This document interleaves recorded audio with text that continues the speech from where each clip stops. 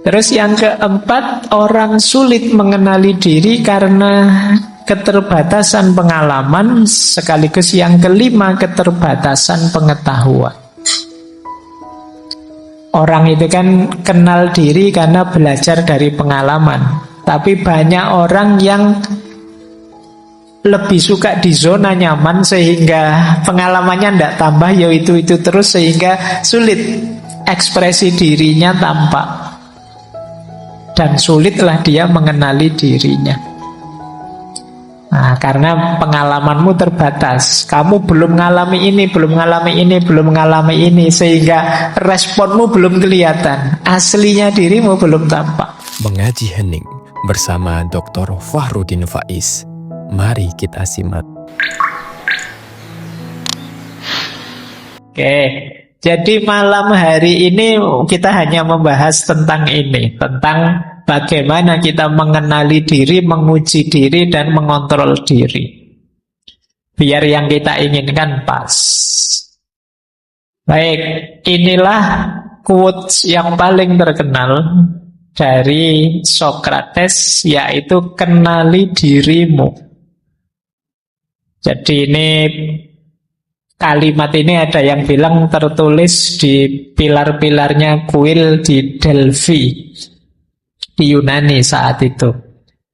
Atau kalau pakai bahasa sana ya Gnotis Souton.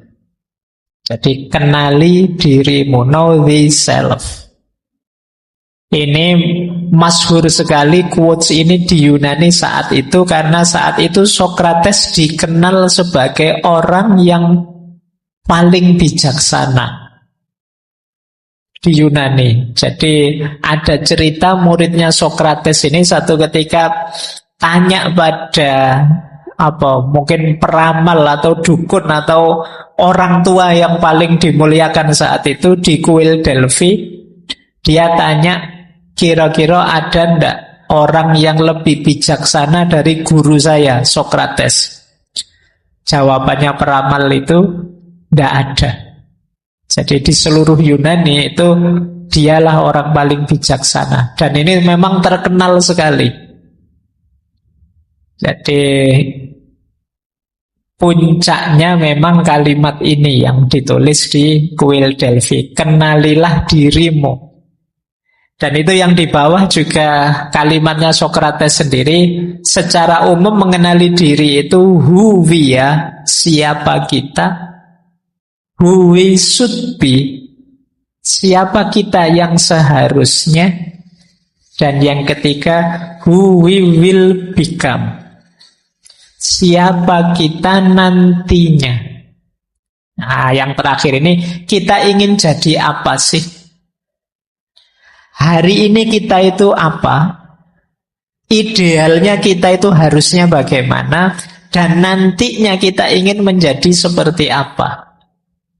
Ini 3 pertanyaan besar yang silahkan kita tanya pada diri kita sebagai terjemahan dari know thyself.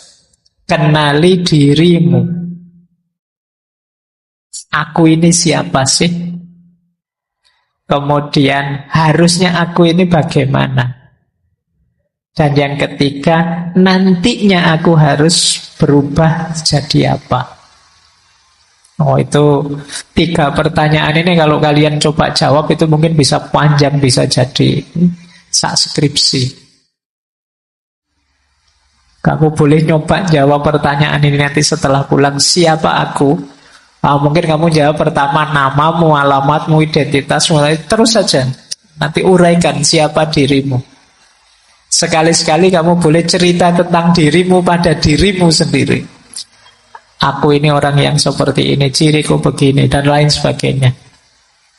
Kalau sudah tuntas kalian mendeskripsikan dirimu, yang kedua apa? Siapa harusnya aku? Idealnya aku ini harus bagaimana? Tadi aku bilang aku ini muslim. Muslim itu harusnya perilakuku bagaimana? Aku tadi bilang aku itu mahasiswa. Kelakuanku itu kira-kira sudah kayak mahasiswa apa belum sih? Aku tadi bilang aku ini gentleman. Gentleman itu kayak gimana? Sudah muncul apa belum? Who we should be.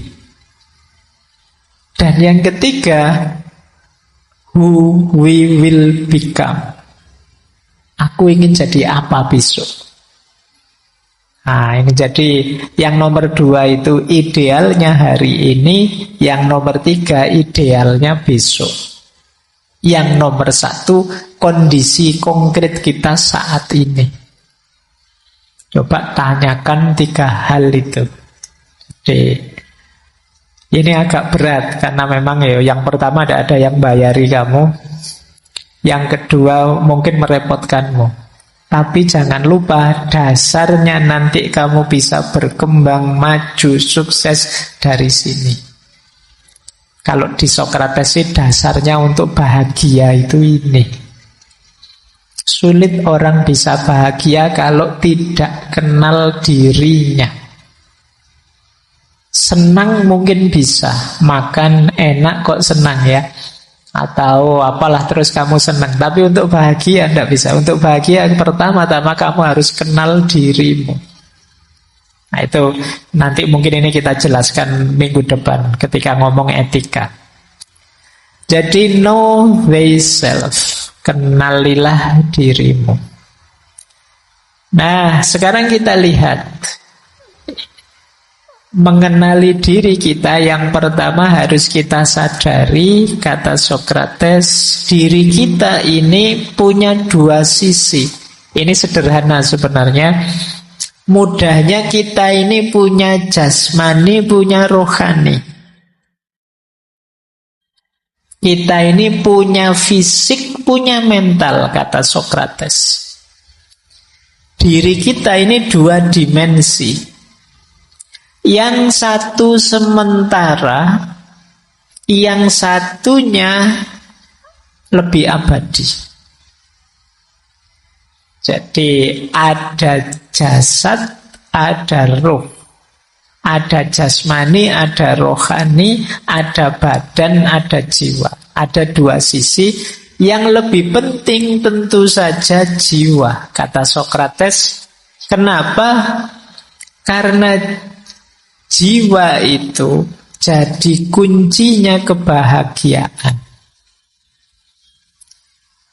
Jiwa kita akan sehat, kata Sokrates, kalau kita mencari kebaikan, keadilan, kebenaran, pengetahuan. Tetapi jiwa akan lemah, sakit-sakitan, dan bodoh, kata Sokrates, kalau yang dikejar adalah kekayaan, ketenaran, kekuasaan. Jadi ini nanti kita pertajam waktu membahas etika besok. Tapi ini langkah awal kita untuk sadar. Jadi mengenali diri itu berarti memang kuncinya ada pengenalan soul, pengenalan jiwa kita. Jadi mengenali, kalau di Sokrates itu jiwa itu daya emosional dan daya berpikir. 2 itu. Nah itu kalau yang kita kejar hanya yang materi-materi, kesenangan-kesenangan sementara, yo jiwa kita akan lemah. Untuk sehat, jiwa itu harus diberi asupan kebaikan, kebenaran, keadilan, pengetahuan. Jiwa kita akan sehat. Saya tidak tahu jiwa kita selama ini teman-teman ngasih asupannya apa. Hari ini kan orang mungkin merasa bahagia dengan ketenaran, bahagia dengan kekuasaan, bahagia dengan kekayaan. Ya kalau kita fokusnya ke situ, jiwa kita akan lemah. Jiwa yang lemah itu tidak tangguh. Jiwa yang tidak tangguh itu berarti ada kesulitan sedikit saja, dia akan mudah galau, mudah stres. Itulah mengapa orang hari ini banyak yang stres. Yang dikejar keliru. Loh Pak, apa tidak boleh Pak kita kaya, apa tidak boleh kita terkenal, apa tidak boleh kita masyhur dan lain sebagainya, boleh. Tapi itu jangan jadi tujuan. Itu anggap saja efek sampingnya saja dari kebenaran, kebaikan, keadilan, pengetahuan. Jadi itu bonusnya. Kalau pakai bahasa bulan lalu itu karomahnya. Karomah jangan jadi tujuan. Tujuannya tetap keadilan, kebaikan, kebenaran, pengetahuan. Kalau ada teman-teman yang merasa, Pak saya kok mudah galau, Pak kok mudah stres, Pak, coba dicek, jangan-jangan tujuan hidupmu yang melemahkan jiwa tadi. Hanya kesenangan yang sesaat, mungkin lewat kekayaan, lewat ketenaran, lewat kekuasaan, dan lain sebagainya. Apalagi ini menjelang-jelang pemilu ya, kekuasaan itu kan semua orang mengejarnya. Nah, ayo hati-hati, kata Sokrates. Jadi ini dasar teorinya sederhana, masih belum terlalu rumit. Nanti di filsafat-filsafat selanjutnya lebih rumit. Nah, yang selanjutnya, mari kita belajar mengenali diri, kata Sokrates.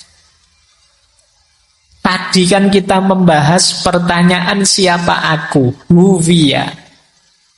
Pertanyaan siapa aku itu jangan lupa punya dua sisi.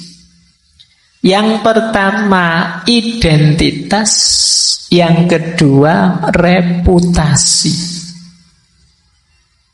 Identitas itu ya, siapa aku menurutku, itu identitas.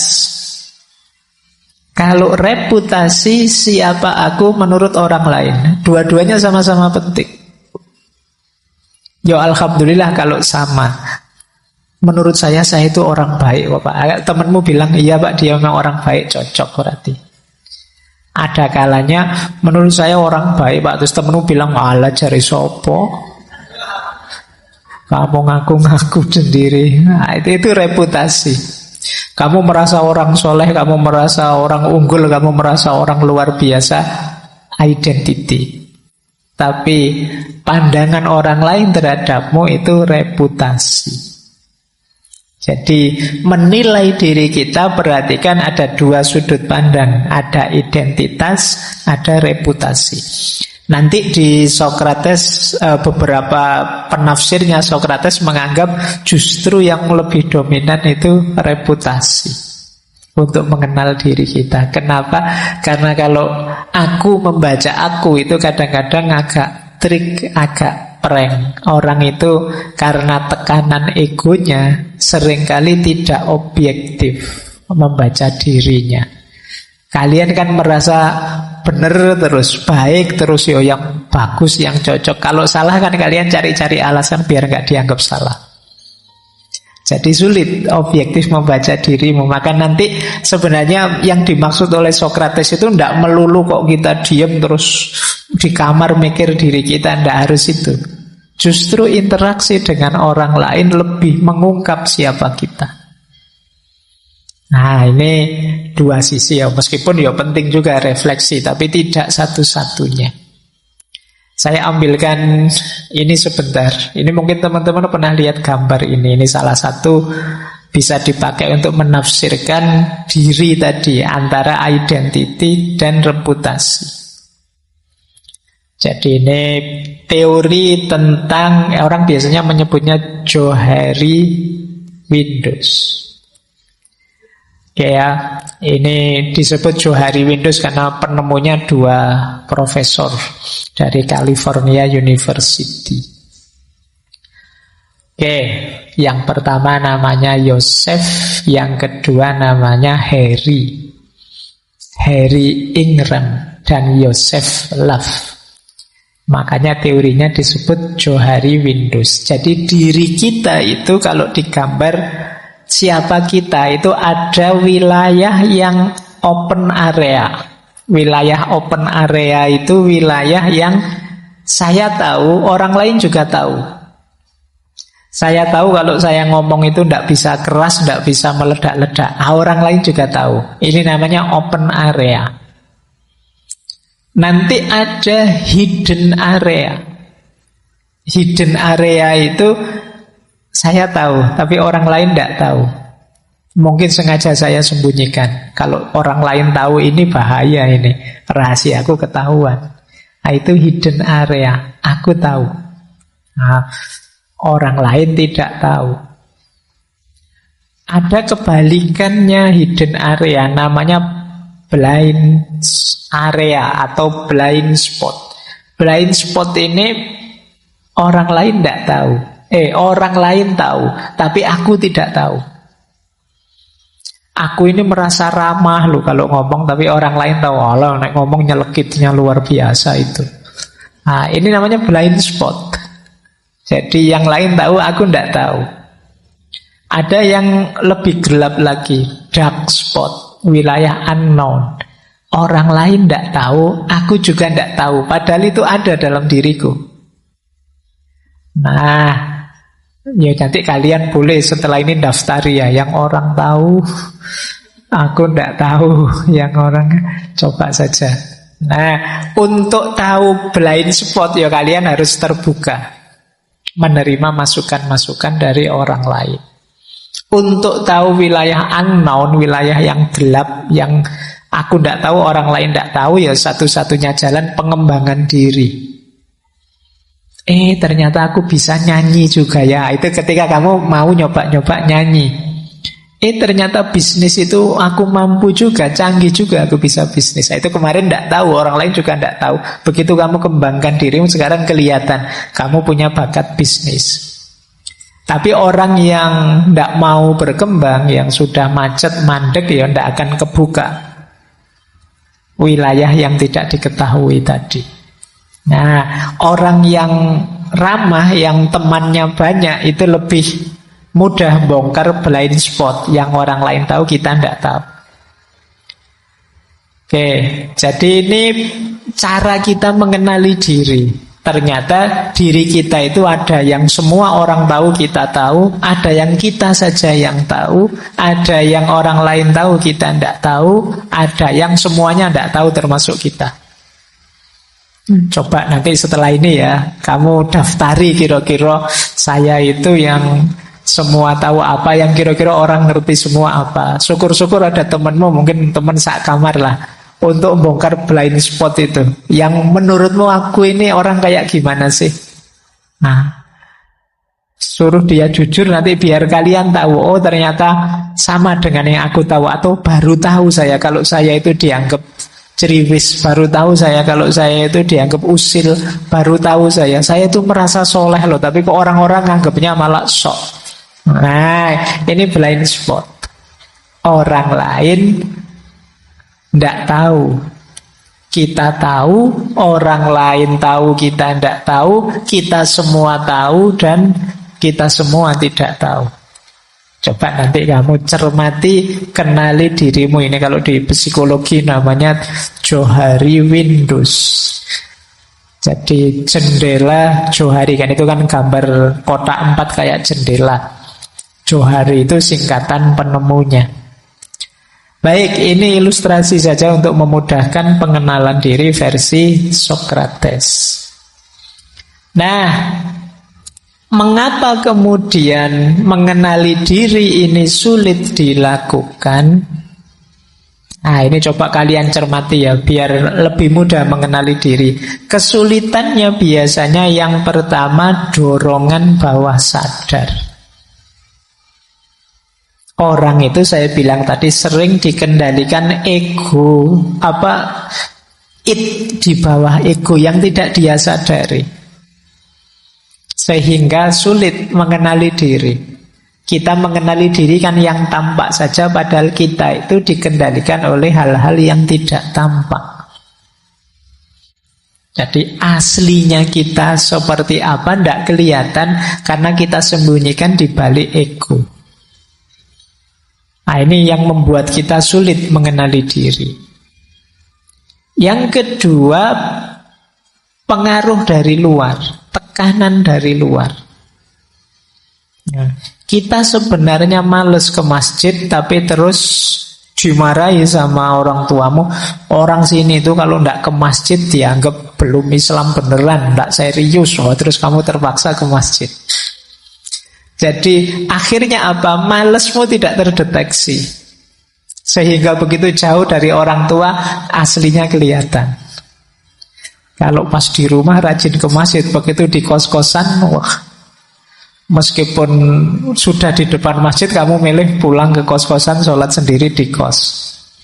Nah, lebih aslinya kelihatan. Ketika ada tekanan dari luar, kamu berubah, sehingga aslimu terkubur. Ini yang bikin kita sulit.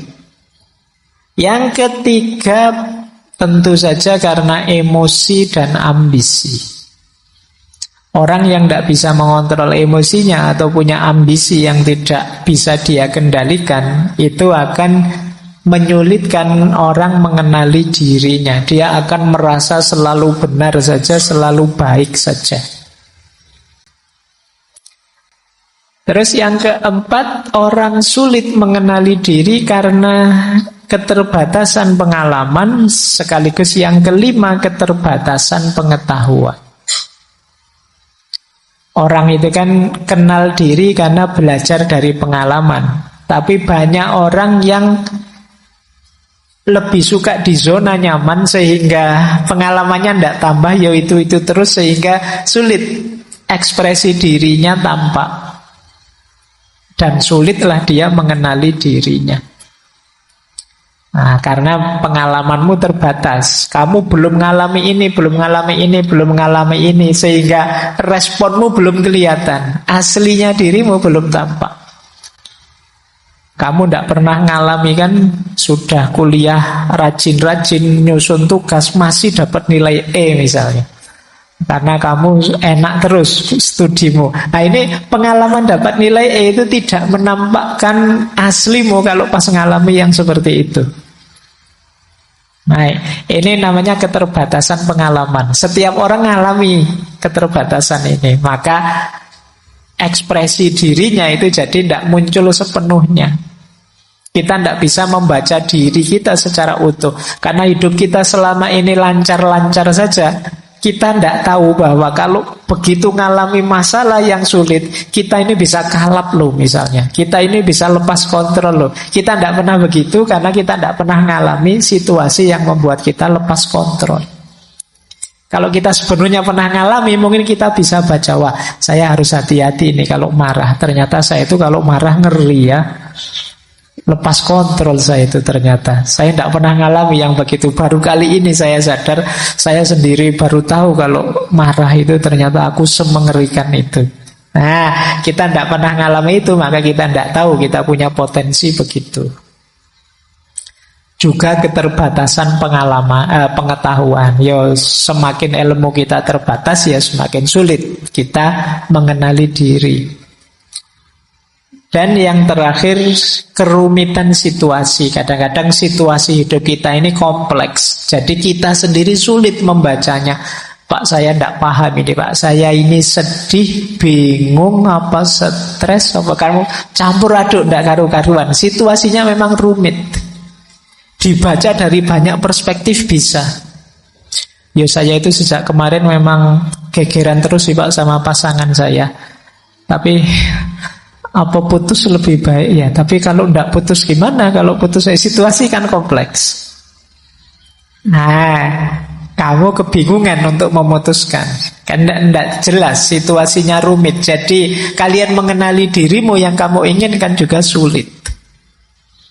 Nah, ini halangan-halangannya. Kenapa mengenali diri itu kadang-kadang sulit. Tapi ya bukan tidak mungkin diatasi.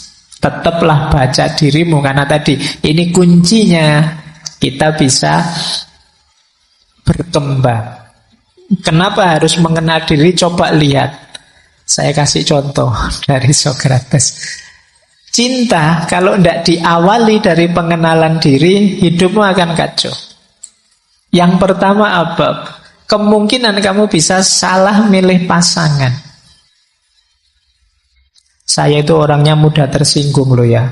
Nah, kalau kamu tidak kenal bahwa kamu mudah tersinggung, kamu ngambur saja nyari pasangan, akhirnya dapat pasangan yang tadi, yang kalau ngomong nyelekitnya luar biasa.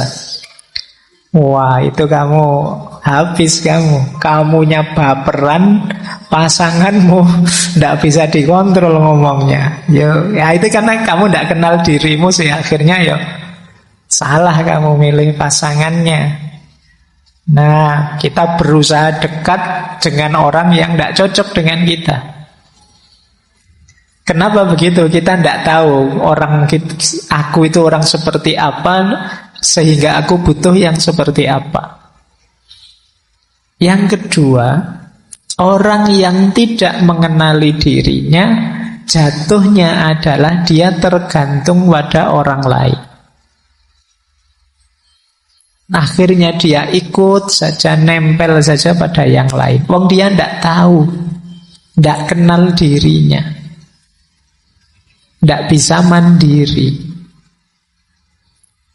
Yang ketiga, orang yang tidak kenal dirinya itu menyulitkan yang lain.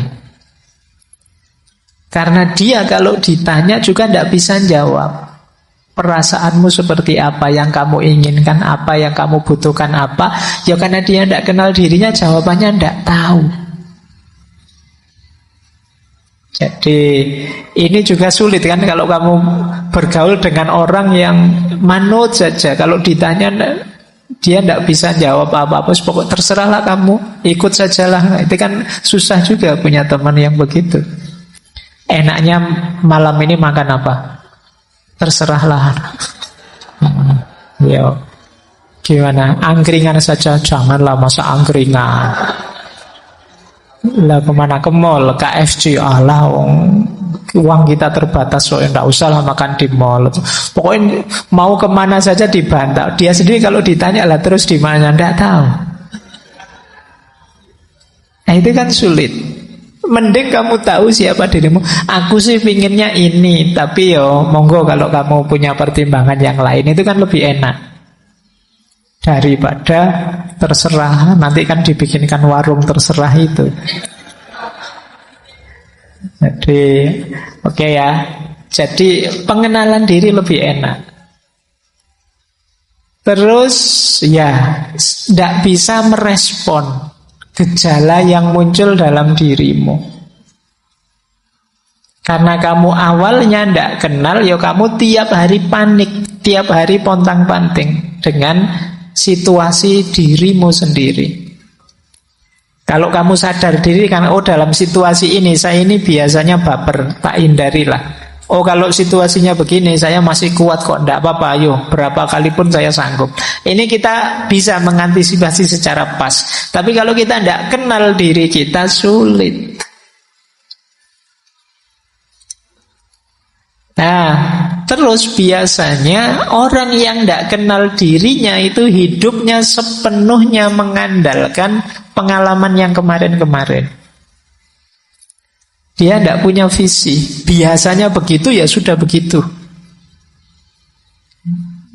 Dan ini kan ya sulit juga kita berhubungan dengan orang lain, termasuk dalam hubungan percintaan, mengandalkan pengalaman yang dulu. Misalnya punya orang tua yang tidak harmonis, itu ya nanti semua laki-laki mesti begitu. Nanti yang trauma semua perempuan juga. Nah ini namanya dikendalikan masa lalu. Kita tidak kenal diri kita, makanya takut. Jadi hanya mengikuti pola sesuai dengan sejarah emosi kita. Jadi ini pentingnya pengenalan diri. Jadi kalau kalian ini kan usia-usia sedang mulai jatuh cinta, nyari pasangan, jangan lupa awali dari kenali dirimu sebelum kenalan dengan yang lain. Jangan sampai nanti kamu menyesal sendiri karena pontang-panting. Bukan salah dia, salahmu sendiri, tidak kenal dirimu. Terima kasih sudah menyimak. Semoga channel Mengaji Hening bersama Dr. Fahrudin Faiz selalu bisa memberikan ilmu, motivasi, dan kebermanfaatan. Salam sehat dan bahagia.